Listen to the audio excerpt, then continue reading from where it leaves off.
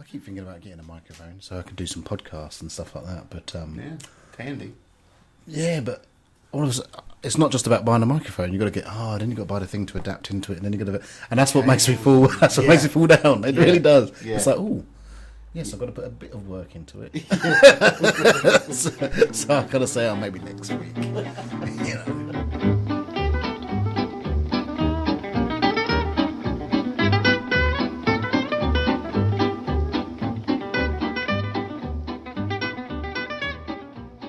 You were born in London, yeah? No. No. No. Already, I'm off on the wrong foot. No, I was born in Bedford. Bedford. No, I describe Bedford as the powerhouse in between Oxford and Cambridge, where all good things come from. Most people don't know Bedford, so it means nothing to them, but it gives me a chuckle every time I say it. So yeah, I was actually born in Bedford. Where is it in relation to? It's 50 miles north. Oh, right. Yeah, so okay. it's north of there. Grew up there, and then one day, school, and finished school, deciding what to do next. Yeah. And then someone said, I'm going to sixth form college in Luton. And Luton's like another town about 20 miles away from... Right. I went, that's a good idea. Yeah. So I think I had a week to go before school started. I called them up and said, can I get in? and then they went, well, they must have been desperate, but they let me in. And all of a sudden, I wasn't going to my, I was out of Bedford, I was going to Luton. Yeah. All right, just going on the bus up and down. And then almost the same thing happened when I finished sixth form college. I was like, what am I going to do now? I think my girlfriend was in London at the time. Right. I'll go to university in London. Called him up. We let me in. You let me in. Yeah, right. Next thing, I'm doing an economics degree in London town, and that's how I got. Yeah, so that's how I got myself in London. Okay. Yeah, okay. yeah. Mm. So you would have? Are you first generation? Yes. I was born in England. Yeah. Your folks were born in Jamaica. My folks were born in Jamaica. Right. Yeah. So you would have been growing up sort of around the time of the sort of the punk subculture, wouldn't you? If I was cool, and if I knew what was going on in the world, right, I could probably say yes. Right. But things like Sex Pistols and punk and that whole thing going on, that's aggressive. Then people are crazy. So I didn't have much association or understanding what they were, right. and so I can just about recall news things, and it's just that Johnny Rotten, you know, who the hell, So I could have been influenced, but no, I wasn't cool and fashionable or anything like that. Right. I was a little kid in shorts just running around, basically not knowing what the hell's going on all around me. Yeah, so that was kind of my time. But I suppose as I was aware, I was probably more aware of Boy George and Howard Jones and that kind of Electric Thompson Twins and things like that. Yeah. Okay. Okay. So you ended up in London. When did doing an economics degree? Oh yeah, you see.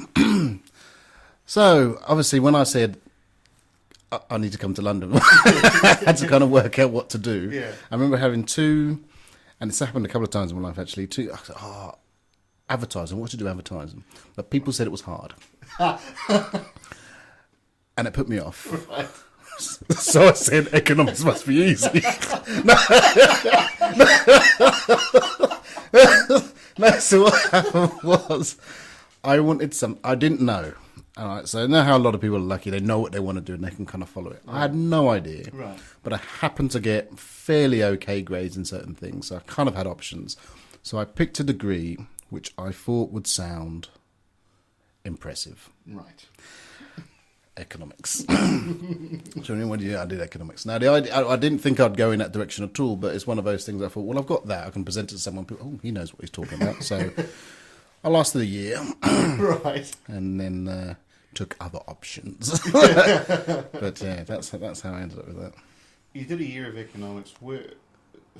Decided it wasn't for you? Between economics and me, we decided it was a mutual decision that maybe something else would happen. Yeah. So what did you do after that? Here we go.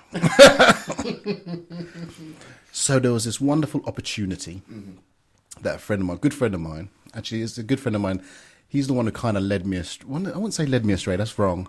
But at all these major points in my life when I said, oh yeah, I'll go and do this. This guy was there. All right? Yeah. Very good friend of mine.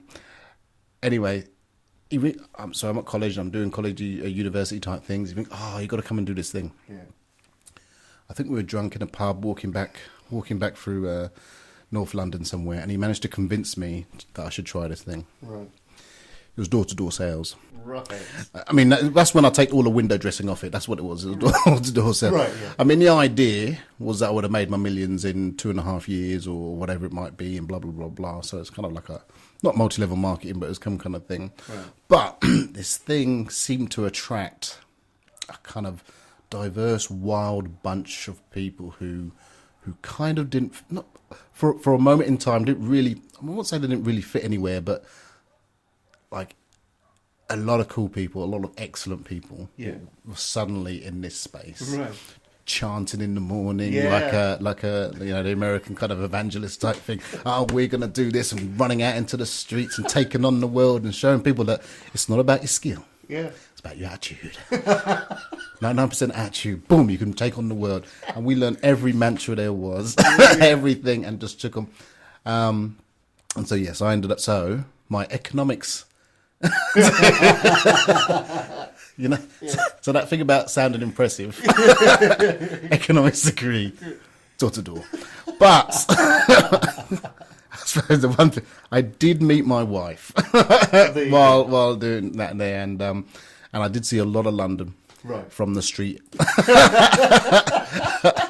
upwards, and I got a how like I think like some people like go to the army and they do a tour, or there's some people do things in their life and that becomes their kind of not their basis, but anyway that 2 year or 18 month or however long that stint was of doing door to door was my kind of grounding.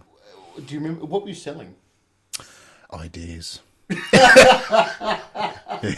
Inspiration.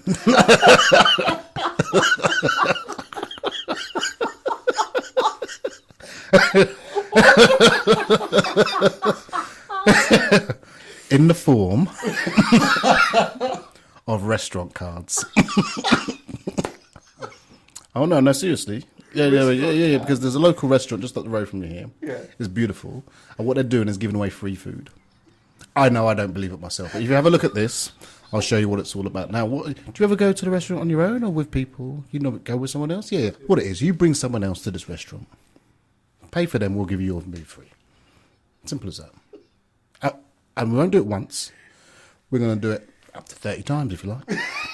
In 6 months. You go, no, seriously, go as much as you like. It's going to cost you $15, but you'll get that back the first time you go. Yeah, because we'll throw in a bottle of wine. You'll make that back. Even if you don't go again, you're fine, but you've been to a new restaurant. But if you love it, how many times are you going to go? Hey? And you got friends? Of course you got friends. Here, give them the card, let them go as well. Seriously, I don't care if you charge them. Get a little something on top. I'm telling you, this is what how many would you like? Boom. That was the sale. Wow. But then they turned that into all sorts of stuff. I think eventually it's like electricity.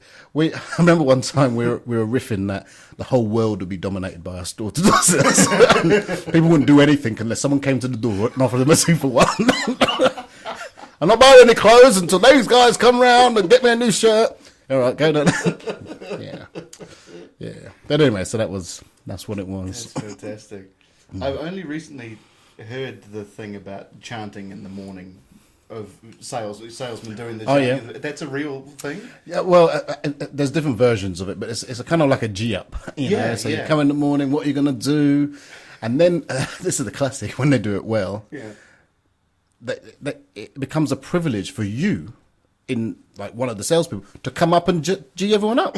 Yeah, but come on, get up there! And then you let me do it? Okay, everybody, come on, we're going to do... Now, what it is that to climb a mountain, you don't just climb it in one step. No. It's little steps. Every little step. And that's what you got to do out there, little steps all the time. It's a mountain we climb, etc., etc., that kind of stuff. And there'd be, you draw things on a board and do all sorts of, yeah. Get all excited and boom, you're off.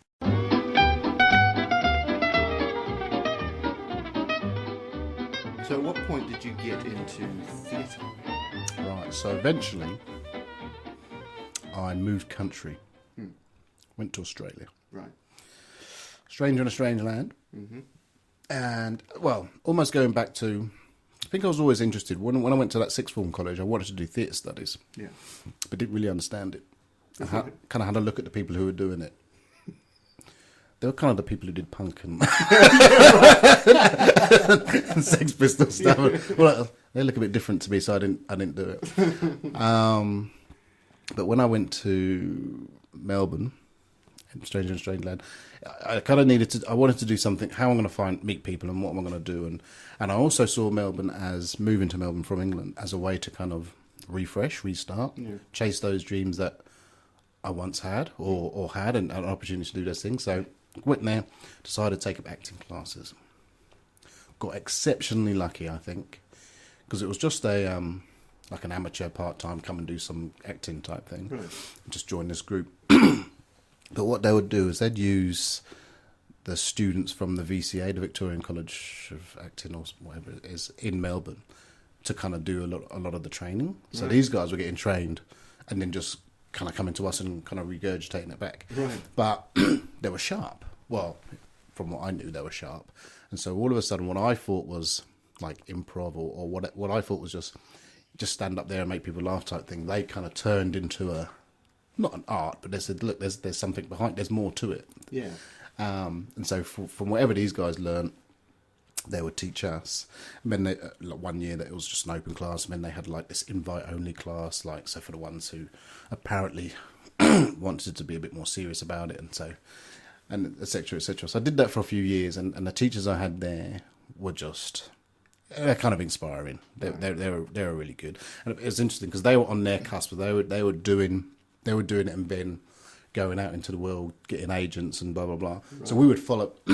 We almost followed them, their journey as they went out and how they did their thing. Right. But and then we were in the background, kind of trying to catch up.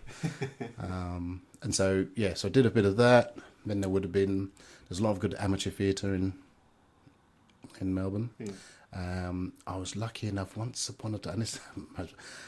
I was never brave enough to really go and audition. Right. But then there was a part came up for a local theatre company around the corner from me. They needed a black Englishman. Right. There wasn't too many black Englishman actors. I was a shoo-in. I almost didn't get it. But, skin of my teeth type stuff. I made it, and that was my first gig. Nice. Yeah. I did really well out of that one as well, because that was a real... that family thing that you get with theatre. So for a small amount of time, these guys are your family. Yeah. From that first show, there's like two really good friends who I'm not very good at keeping up with people, but for my whole time in Melbourne, we just stuck together, right? And outside of theatre as well. So, but that unit, that what happened then was great. Yeah. So I kind of got a bit lucky. Did a few shows after that as well. Yeah. Now you've written a couple of things too. I was lucky enough. So when did I do this? Some plays I don't like. Well, some plays I don't like. And then I also started realising that, hey, all these plays are kind of the same. So what happens is, something will happen, da-da-da-da-da, with a lot of messing about, and 5 minutes before the end, they'd say, oh, this is the secret, and then that'd be the end of it. And I always thought, that's a bit rubbish. Surely I can do better. And I do have I've always had this, I'm going to write a novel. Right. I'm going to write a novel. Yeah. Never have done it, but I'm going to write a novel. And so eventually I went, oh, maybe not a novel, maybe a short story. And then at one point I said, maybe I could do a play. In my mind, it was shorter, so I might be able to finish it. So I had this idea, and I do like those stories which have intersecting storylines. I love something like a Love Actually. Yeah, I love those, and I always think they're amazing how they get them to work. At the time, I was still doing this kind of drama acting, so it was always ensemble work and things like that. So I was thinking, what can I do that can get people involved? And then my favourite author, Stephen Erickson, I remember reading one of his kind of blogs on how to write and that kind of stuff. Yeah. And one of the big bits of advice he gives is, to any creative, is finish what you start. And at the time, it just dropped in. The amount of projects I'd started and not actually finished. You just finish what you started. And I just happened to be working on this play at the time, so I finished what I started. So I finished it. Took me ages, but it was cool. And I happened to have an agent at the time as well, but I needed someone who, just to read it and just tell me what they thought. Yeah. But someone who wasn't too close. So I asked my agent, I said, I've written this thing. Would you mind just reading it and just seeing what you think? Yeah. She comes back. She loves it. Oh, that was fun. She wants to put it on. She wants to put it on. Oh, you're serious? You mean like a play? You mean what? No, because that's just like a first job. She was that happy about it. She wanted to put it on. And because she was an agent, she obviously had a breadth of people who could tie in. So there's a little, maybe something there for her as well. But I think it was more, I've got something here that she, well, in the end, over time as we worked on it, in that moment she believed in what I'd written and wanted to get it on. And I can't remember how long it took me before I actually believed her. So, I'd go through a bit of the motions, like, let's have a meeting about this. Okay, let's do it. Okay, right. Let's hire a theatre. Yeah, but we've got no money. Yeah, let's do that. Yeah, but whoa, yeah, but and then it did come a point where I was like, oh my god, this is going on. So we needed a director. Now, one of the wonderful things I wanted to see was, I've written words. What happens when I give words to somebody else, and what do they do with them? Because I figured there'd be some learning in that about how to write, what happens, and I'd never directed either. So, right. So we looked around for a director. As we get into the time, there's no director. She looks at me. You want to direct, don't you? Well, no. When does no? Well, yes, I do. One day I want to direct, but I don't want to direct because I don't know. But you know, I'm directing. so I've gone in.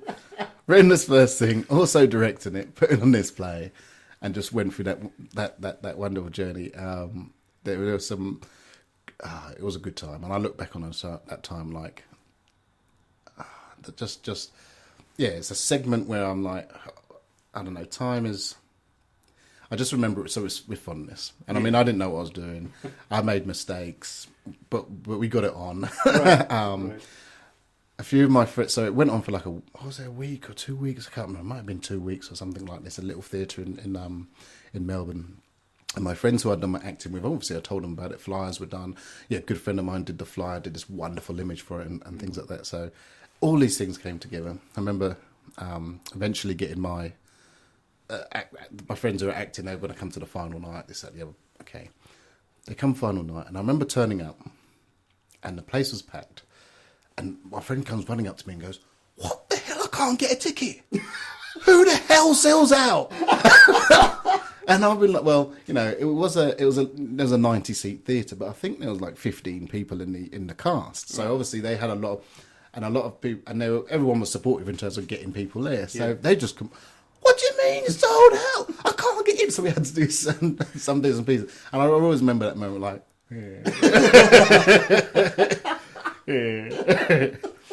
and it got reviewed in a few little things and what have you. And I'm just like, yeah, that was good.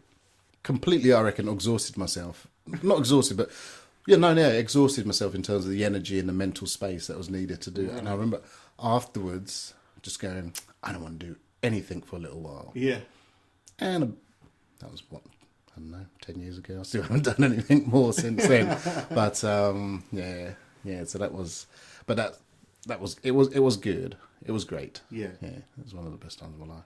Has it been done since? Like, have other companies done? No.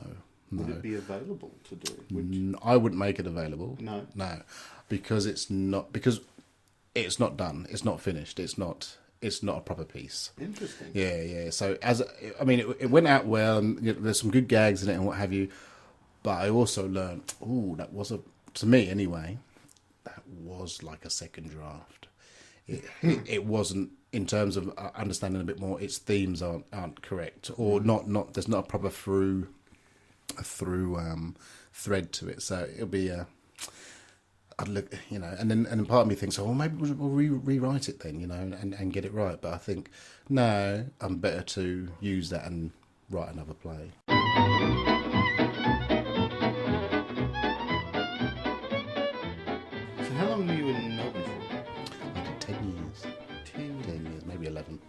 Right. And it was there that you started with Chai Life? No, Chai Life is started here. Started here? Started here. Okay, I'm getting ahead of myself. So, so you're still in Melbourne, you're still doing theatre. Well, you're doing theatre sort of on and off. What were you actually doing over there? What was the sort of... Well, as in, what was my work? Yes. Yeah. I worked at the Royal Automobile Club of Victoria. Oh my God. Yes, which is a fancy way of saying AA. What was royal about it? Anything? It had a crest. It had a crest. That's great. Right. And it did have a club. Okay. So I did get to experience it. It happened in London as well. So where I was working in London, my bosses did like a club. So the old gentleman's club. And so it was all about who can get me into a club. Yeah. And once someone got a membership, who you can get in with. And it was these kind of, these real select little places. And I don't mind saying I loved it. I absolutely loved it. Yeah. And the RACV ended up having a bit of a club there as well. And they did a thing where if you worked there, they actually let everyone be a club member. Well, so you could go to the golf course and do all these bits and pieces. So, but anyway, that was the royal. That's kind of the royal. Well, that's not the royal part. That's what they ended up doing. But it felt like royalty when you could go in there and now I'm going in the club. And I'm going to put it on my account. Yes, I'm going to have to pay for it, but it's going on my account. Let's put it on the account and just get treated a little bit like, this is special. They need one here. Yeah, they should. So you were there for 10 years, 10, 11 years? Yeah. Wow. 10 years, yeah. Interesting. And then you came here. What inspired the move over here? My wife. Right. Eventually she had enough, wanted to come back home to family. She's from here? So she's Kiwi. Okay. Yeah. Cool. And so it was time to come back home. And I think I knew that, Kiwis come home. Kiwis come home kind of feels like a bit like a mantra. And so it was always going to be a matter of time. And then, we'd done our dash there. Yeah. So you came back here. Then you got into Chai Life. And then Chai Life. Once again, I was able to do a reset, you see. Right. So, 10 years in Australia. Right, going back to New Zealand, time of my life. Okay, this is the chance to do a little something. What could we do? And we decided what can we do together? Because we're kind of, I wouldn't say chalk and cheese. Right. But there ain't much that we have in common. But that's what always made it interesting, doing this. Yeah, but what can we do together? What do we like? We like chai. Right. All right, let's do this chai. And where we lived in Australia, St Andrews, I had this kind of famous chai tent, and you just always go, even if you didn't feel like you just always have a chai. That's what you did there. Right. And then when you have it, you're like, oh yeah. And there was this rumor, not sure if it's true, but it's a rumor, but the chai tent, that's all he did. Right. So on one week on a Sunday or Saturday morning, he did the chai tent. That was his work. Whether that was true or not didn't matter. Right. It was enough for me to go, I could do that. And every time we come to New Zealand, it was like, we can't get good chai. So we'll do it ourselves. Anyway, so we figured we'd start this Chai Life. Came over here. Now, I think the big part of the dream was that we're going to have this place. And so it's going to be like the chai house. And it's kind of this place for not the bourgeoisie, but artisans and great thinkers can come and lounge and write plays or do something. And there was some ice into healing, so getting a lot of healing done, and just kind of this spiritual kind of great place that doesn't exist. It's really hard to describe because I don't know anything else like it, but this kind of thing. So that was the idea. Yeah. Based on the chai, come over. And so we had so initially, like in Australia, it was just like you just start your chai, just do it. Right. And we came here and we're like, oh, you need a kitchen. You need licenses. You need a business plan. All right. Okay. And Chai Life takes off. And there we go. So we've been doing that. So we got a good run, but what's happened like last year? Oh, not last year. Was it last year? Yeah, around about the end of last year. Because it kind of, like I say, the idea was always to get the chai out there and then find a place and do it that way. But in the 5 years, just been doing other stuff. And then kind of went, it's about 4 years I've been here now.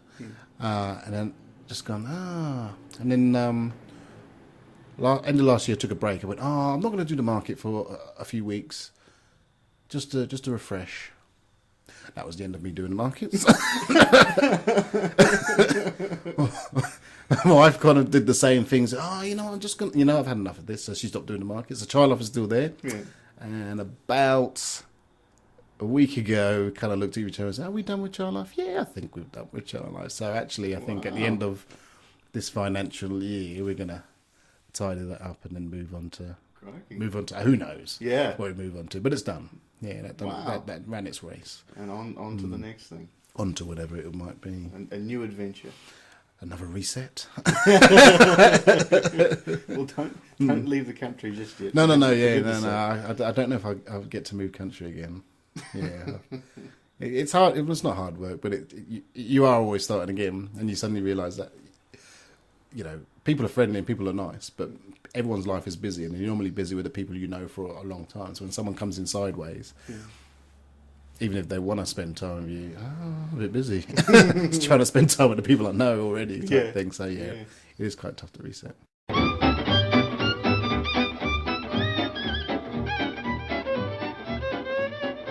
you into hunting? Because I've seen pictures, Sean. I'm far from. You're not going to see me do it. But I live in New Zealand, right? And hunting's a thing. And so for me, I've got this kind of, it always conjures up fox hunting and people with far too much money and really run around shooting things and call it entertainment. But my sister-in-law, who was also about as far away from hunting, just happened to meet this guy who's a hunter. And that's what he does. And I got an education, really. My whole thought process about what hunting is. Yeah. And, I tell you what, you can, in some respects, you can say that you are, I'm pro this, I'm pro that, I'm pro the other, and this is who I am, and blah, blah, blah. And then I saw a gun and went, let me have a hold. I got hold of a gun and I'll take a picture. So you're like, wait a minute, I don't like but look. Yeah, but how's that muscle looking? And you just, who am I? Who am I? Yeah, and actually that harkens back to another thing, because I remember once in school, I went on a school camp, and I think it was the first time there was a dry ice or dry ski slope. Yeah. All right, at this kind of what they call them, the A&P show type thing, dry ski slope, and all the kids, all of them, were on this thing, and how amazing it was. However, it cost maybe £6. Right. I had £3. Rather than saying, I ain't got the money, I went, nah, I don't like skiing. And I let that thought stay in my head for the rest of my life. And so people go out skiing, and I'm half convinced that I don't like skiing.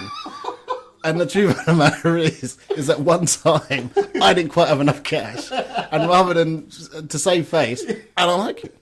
And I wonder how many things have I done with people? I don't like fishing. I don't care. You guys go out fishing. I don't like fishing. Okay, so I was sick once, right? But so yeah. You never know yourself. Well, you think you know yourself, and then someone gives you a shotgun.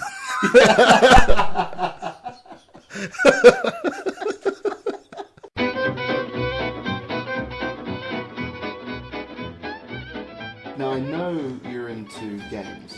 Oh yeah, you like your games. Mm-hmm. Where did this start? That happened here as well. Oh, here as well? Yeah, that happened here. No. So, I've always liked games. Right. I've always liked games, but I was kind of cool. Well, I thought I was cool. Right. And the rest of the cool people around me don't really play games. And so I never got... So, I remember one time a good friend of mine did get Dungeons and Dragons, but I just never got round to his place to play. I remember one time in London, I've gone and bought this expensive game. I thought, this is awesome. And I was rich then. Well, I thought I was rich. And I remember having it, and there was no one to play it with. So I just kind of open the box, look at the pieces, read the rules, think, yeah, this would be great to play if I just had. someone who I could. Anyway, so that's. I remember going in Australia, and I found this game shop. I walked in. There were walls of games like I'd never seen before, and I freaked out. I was like, "Oh, this is amazing! What? I don't want to get. Let me out of here. Let me out of here." Because I'm just once again, saving face. Yeah. I don't want to pretend like I don't know what I'm doing, so I'm just getting out of here. So I come here, and I just happen to have this game. How do I get this game? This game, HeroScape. I've got this game. And I was playing with my son, and his cousin was around, and we were putting this thing together. And at the time, my wife, in the paper, my wife goes, look, there's this game expo. And it just happened to be in Tauranga the next day. So I was like, all right, we're going. Whip these kids. I was like, I'm not going. I'm taking the kids. Yeah. I'm not going. I'm taking the kids. Took the kids, put them in front there, walked in, and all those games I'd seen, like on these shelves in this Australian shop, all of a sudden all here, but now they're on tables, like lying low. And it's like an open library. And you're allowed to touch them and know what's going on. So, So and I remember one point, this guy, he's asking me, do you know any... He was recommending some games, that's right, and I was just picking up games like you would books of a library shelf, like I've got 10 stacked high. Right. He's kind of like, you normally just take one at a time because, and I remember looking at him like, okay, slowly putting them back. But anyway, that was the beginning of it, and that was I'd been in New Zealand 3 months maybe, not long at all, right? And whereas in Australia it was my acting group that I kind of got my friendships through, and here it was that board gaming group that went off and got all my friends from and doing it there. Yeah. So this is a regular thing. So this is So this thing was like a one-off, but within Tauranga here and all over the place, you get these gaming groups, like-minded people who want to play these games. That's cool. We all get together and then boom, we're off. Yeah. Funny story. Well, not funny story because I hate to tell. Well, I think it's funny. Well, it might be funny to you. So I'm playing this game the other day, Skyfall, and everyone's got a picture of a location, except one person who's the spy. And everyone's supposed to ask questions to each other, trying to work out who's the person who doesn't know where they are. I was the spy. People are asking me questions. They say to me, okay, so who would you like to turn up here? Now, that question's vague. I had no chance whatsoever. So I go, Liam Hagan. And they're like, who? Exactly. We just finished the play, so your name would just happen to be on the forefront of my mind. So I just dropped it in like, and off I go. I lost. They knew I was the spy. But I'm sorry I lost the game. You were my joker, my ace in the hole, and it didn't quite work out. I'm sorry about that. That's all right. Try again next time. Exactly. Do better. So it's not just board games; it's like card games as well. So when we say board games, there'll be card games, board games. There'll be like little miniature things. There's all sorts of stuff in there. That's cool. Yeah, it is. It's. I find it cool. I find it rather excellent, and I find it excellent because I like getting together with people, but I don't particularly like to gossip. Right. But if I'm allowed to, I'm going to gossip. So to stop, if I'm playing games, I don't need to gossip, so I can just sit and I'm still enjoying people. So it's kind of get to spend time with someone, but you're doing stuff, right? But you're not just bitching at the world or that kind of stuff. So, I should have. You know what? I should have brought a game. Because you did one interview with. We did. We played. Mystery Date. Mystery Date. Have you played that? No, I haven't played that. And I saw it, I thought, how the hell's he found that? And I would have given it a go anyway. All right, yeah. Well, I didn't actually find it. I had to make it myself. Did you create Mystery Date? No, I didn't create back in the 50s. Because I was going to say, that was rather impressive. Put the patent in. It's all legit. No, I couldn't find a version of it, so I had to make my own. Oh, okay. You're a creative man. Oh, no, very rudimentary. If I showed you the board, you'd go, what the fuck's this? It doesn't matter. You did it. That's what you did it. You finished what you started. Exactly. The idea came in, and you went at it. That's awesome. Yeah. Yeah. I tried to make games because that's what happened. That's part of the graph, you see. So you find these games and realise, oh my god, there's games where you don't just roll a dice, you actually do stuff. So then you get involved, and then you realise there's lots of them, and they're all interesting. They take you onto, mystery islands. You just do all this crazy stuff. So then you go, can't be that hard. I'm going to make a game. I'm going to make a game. So you start making this game, and so there's about 10. There's a handful of people who make a living out of board games. So as much as there's millions of them, there really isn't much money in it. And one of them happened to move to New Zealand. All right, okay. Big famous board game designer happened to be in contact with our kind of board gaming group. Happened to get in contact with me. Happened to do a thing where people could show their games. Right. I happened to show him one of mine. He happened to play it for about 6 minutes. Then he told me, I know, the story goes that people would show him a game and sometimes he'd say, look, I like the theme. Yeah, exactly. All right, exactly. You know what I mean? But the rest of the game is nothing, okay? So when I showed him mine, he didn't say he liked the theme. I've tried a few since. But, I figured this maybe it's not for me. So yeah. Well, you try again. You finished what you started. I didn't finish. Didn't finish it. Maybe that was the problem. Yeah, that's the problem. It is.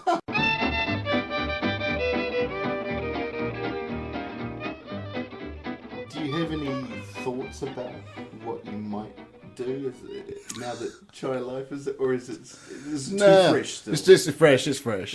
But I'll tell you what, I get lucky. So at the moment, wow, I've always got some kind of writing project going on. So at the moment, I've got another little writing project that I'm working on. Okay. I've got a friend of mine who seems to know. So normally when I've tried to write like short films and things like that, it's been very who's about and let's try and do it. And sometimes we get things made. Sometimes it get. Happened to have bumped into someone who kind of is trying to get a movie made, but and he kind of approached me and said, "Oh, can you help me write this 10-minute film?" So I'm like, "Ooh," and this guy knows what he's talking about. Right. So even if it doesn't happen, it's like, I'm going to do this project properly and finish this on. So that's a work in progress at the moment. That's happening right now.